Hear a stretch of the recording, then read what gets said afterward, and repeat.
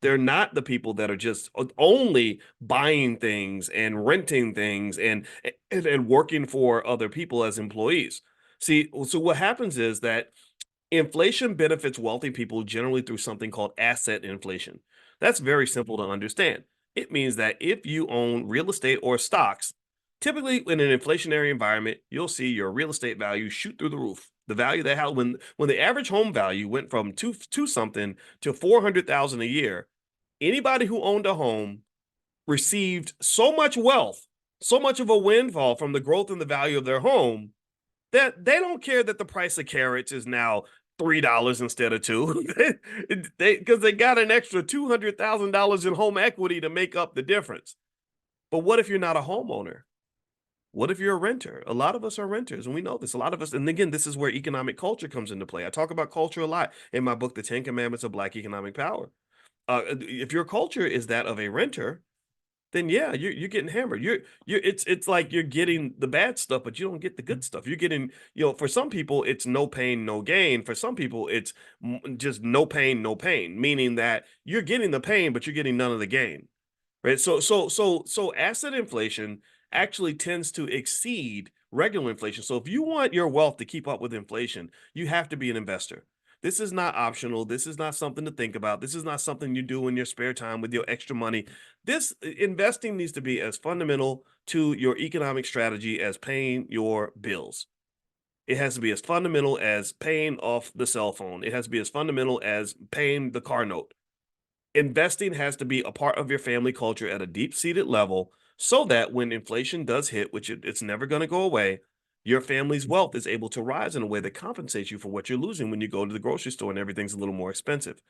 Also, they have something called debt devaluation.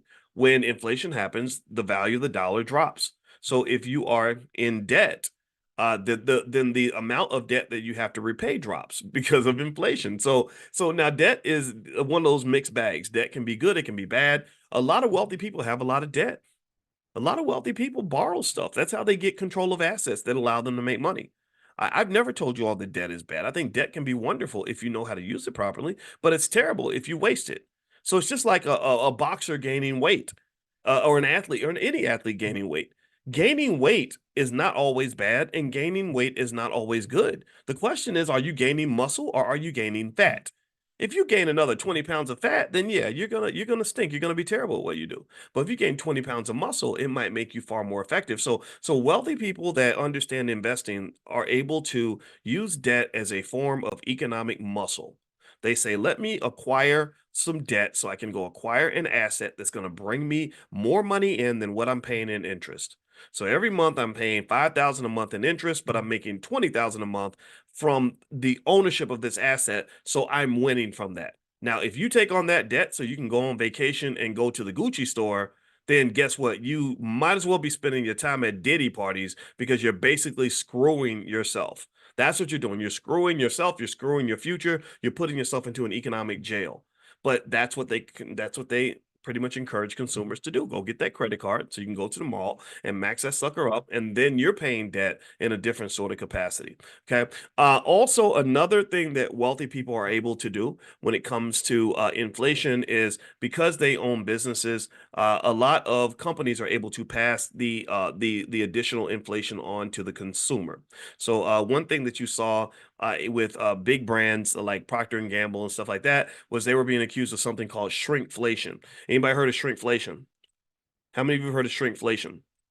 Shrinkflation is basically where they were selling you the same stuff but charging you more money, or they were charging the same price but shrinking the size of the bag.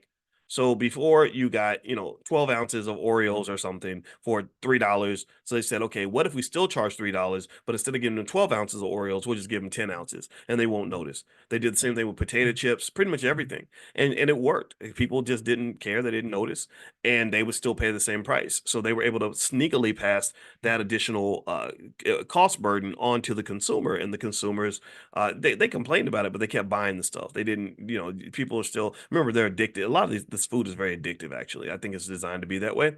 So they, if you charge an extra 10%, if you charge a crackhead 10% more for the crack, You really think they're gonna stop shopping at the drug dealer's corner? You really think they're gonna stop picking up their morning crack? No. So the addiction to sugar is real. We know that, right? So another way that wealthy people can benefit from inflation. So never ever think that inflation's bad for everybody or that it affects everybody in the exact same way. What you want to do is have a strategy to position yourself and your family in a way where you're going to be able to get the rewards that come with this economy.